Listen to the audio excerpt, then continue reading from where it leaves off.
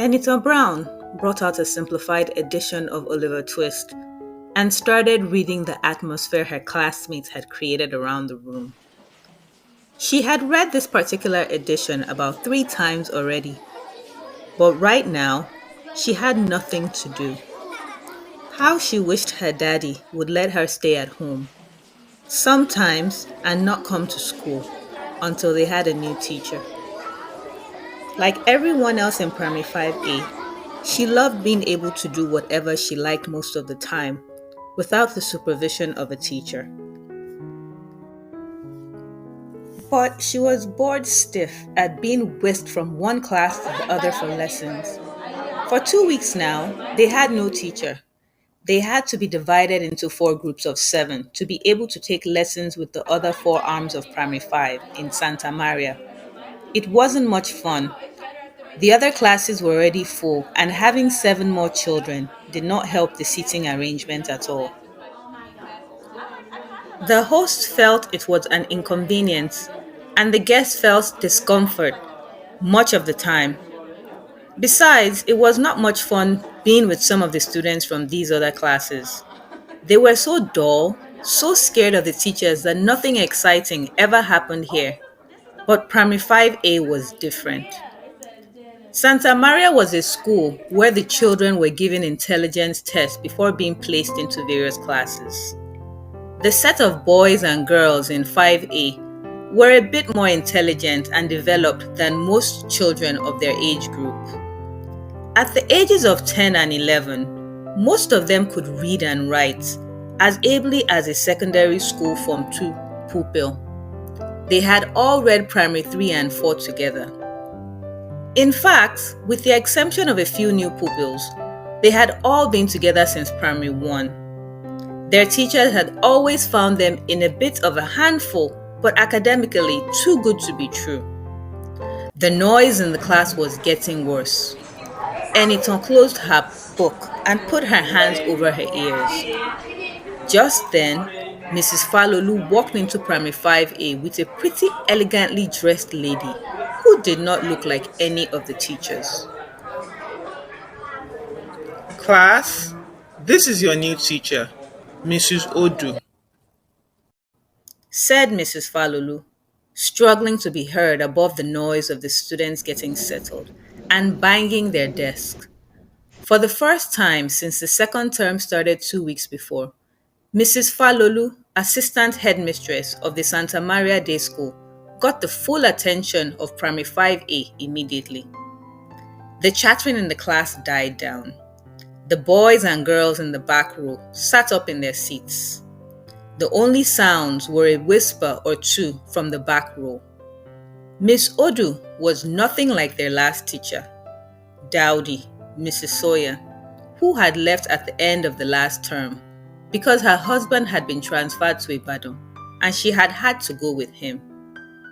Miss Odu was beautiful and poised, an obvious contrast to Mrs. Falolu and the other teachers with their outdated clothes. She looked something between 25 and 30, but did not try to make herself look older as most of the young teachers in the school did. She wore a bright green floral cotton dress and her permed hair styled beautifully. And on her feet were glamorous black high-heeled shoes. She's beautiful, Abby.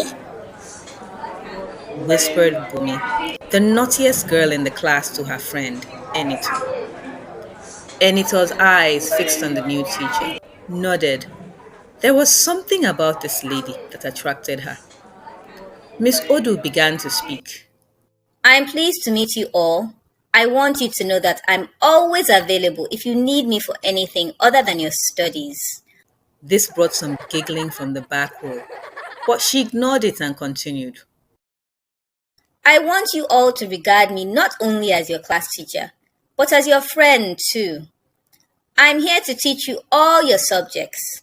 I want to help you with any problems you may have or any questions you want to ask. Perhaps you may want to discuss your choice of secondary schools, for example. It was obvious to all the children as she talked that this was a very frank and understanding person. All the other teachers never seemed to have enough time for the pupils outside classes. In spite of her youth and good looks, she seemed almost motherly, with a confident and sympathetic voice. As the children listened to Miss Odu, Enito suddenly had a wonderful idea in her mind. Having never known her own mother, she was always pleased to meet someone who was motherly. For a year and a half now, she had been trying to find a replacement for her. This annoyed her 16-year-old sister, Joy, who wanted no such thing and was always having it out with Enito, though their father knew nothing of this. Miss Odu's voice jogged Enito back into the present. I don't want you to hesitate for any reason before coming to me. Don't feel too shy or think your worries are too childish to tell me. This is part of my job. Don't think your problems are too serious for me to tackle. If I can't help you, I'll try to find someone else who can. Elizabeth Koforola Odu paused for a moment and glanced around the class, as if to convince them of her sincerity. She felt so nervous in front of all those pair of small eyes staring at her. There were 28 students in the class, and most of them were probably spoiled, pampered little things, as was to be expected of this posh school. She felt far from the confident expert she appeared to be.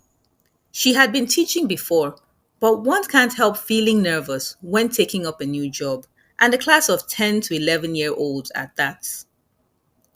At the Holy Child Primary School, she had been teaching a class of 7 and 8-year-olds, and they were all darlings. She felt sad leaving them, but she needed a change and the money that came with the job. Any questions? She asked loudly, trying to look straight at their little faces. Yes? Said Kenneth from the back row, raising up his hand. Miss Odu was to come to know him as the naughtiest boy she had ever taught, and the cleverest. What's your phone number? There was some subdued laughter at this. All the children wondered how Miss Odu was going to react to this unnecessary question. There's no need for all that. After all, you'll be seeing your teacher in school every day. Put in Mrs. Falulu sharply. Unruffled, the new teacher turned to Mrs. Falulu and said, That's all right. He's only a kid. I'm afraid I'm not on the phone. I'm sure you all know it's only the rich and fairly well-to-do who own telephones in this country. But I can give you my house address if you want it spelt. Yes! shouted the whole class, and Miss Odu rattled off her address. To the surprise of the children and Mrs. Falulu, she even wrote it down on the blackboard. The assistant headmistress opened her mouth in amazement, then smiled as the whole class hurriedly wrote the new teacher's address in their books. I think I'll leave you now, Miss Odu, to get to know your class better. Said Mrs. Falulu and left the room. Miss Odu then asked the children if they would like to tell their names starting from the front row. The children got up one by one and prattled on with bored expressions. The new teacher did not miss the looks on their small faces, so she said brightly, which was far from how she felt deep inside. I've got a better idea. Let's make a song out of it. It's a simple song. It goes like this. My name is Kofo. Kofo, Kofo. My name is Kofo. And who are you? She sang it again, pointing to the girl in the first seat, who got up and sang after her.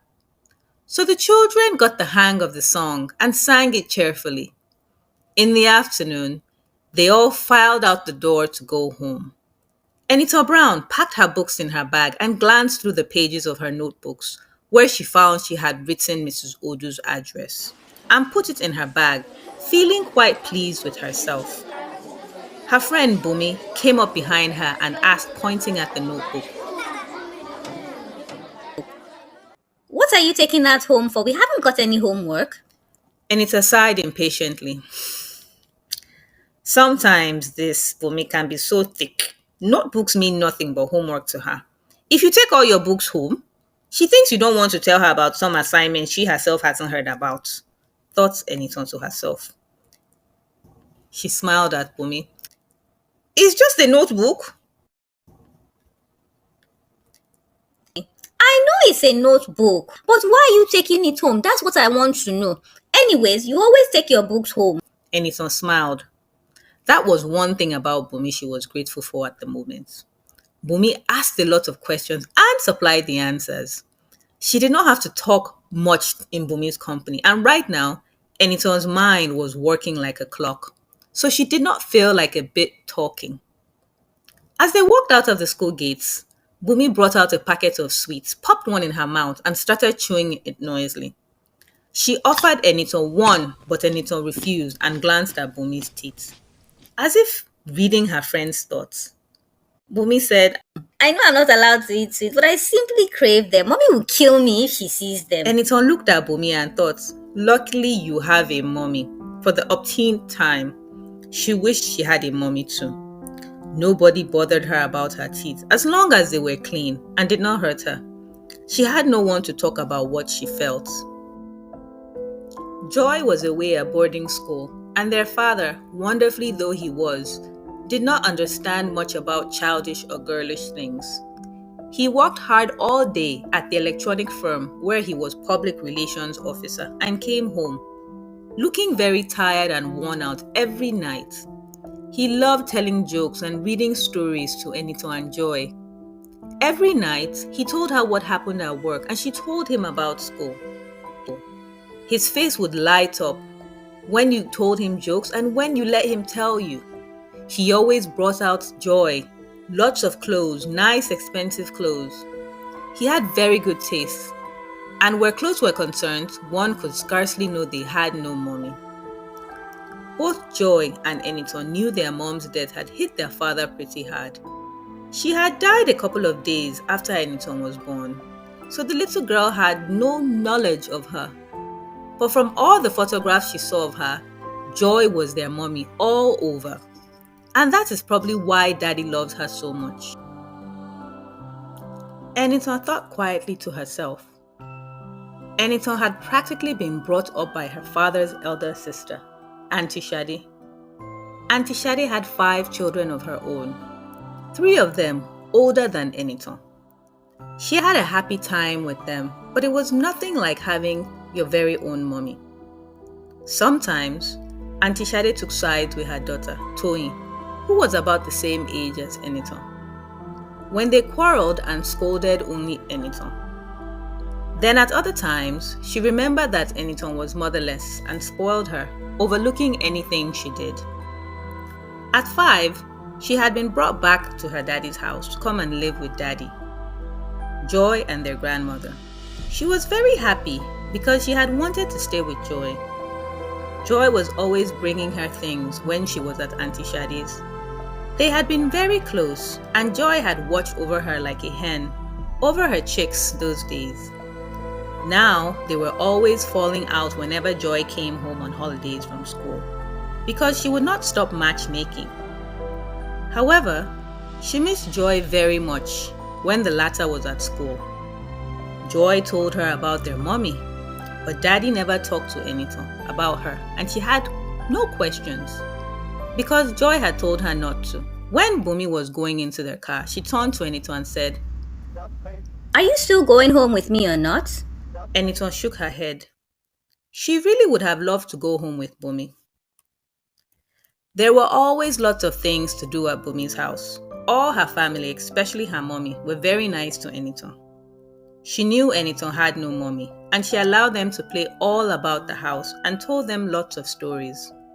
If she had not been married to Mr. Shode, Eniton would have tried to get to her house. But today, she had much to do in the way of her plans for getting Miss Odu to come to their house. I'm sorry, Bumi. I can't go with you. I just remembered something my daddy told me. She apologized. Are you sure we have no homework? Bumi asked, popping another sweet into her mouth. I'm sure, Eniton replied and said goodbye. She waved at Bumi's car, took off, and hurried home full of excitement. She could not wait to get home and think of how to get Miss Odu to meet her daddy.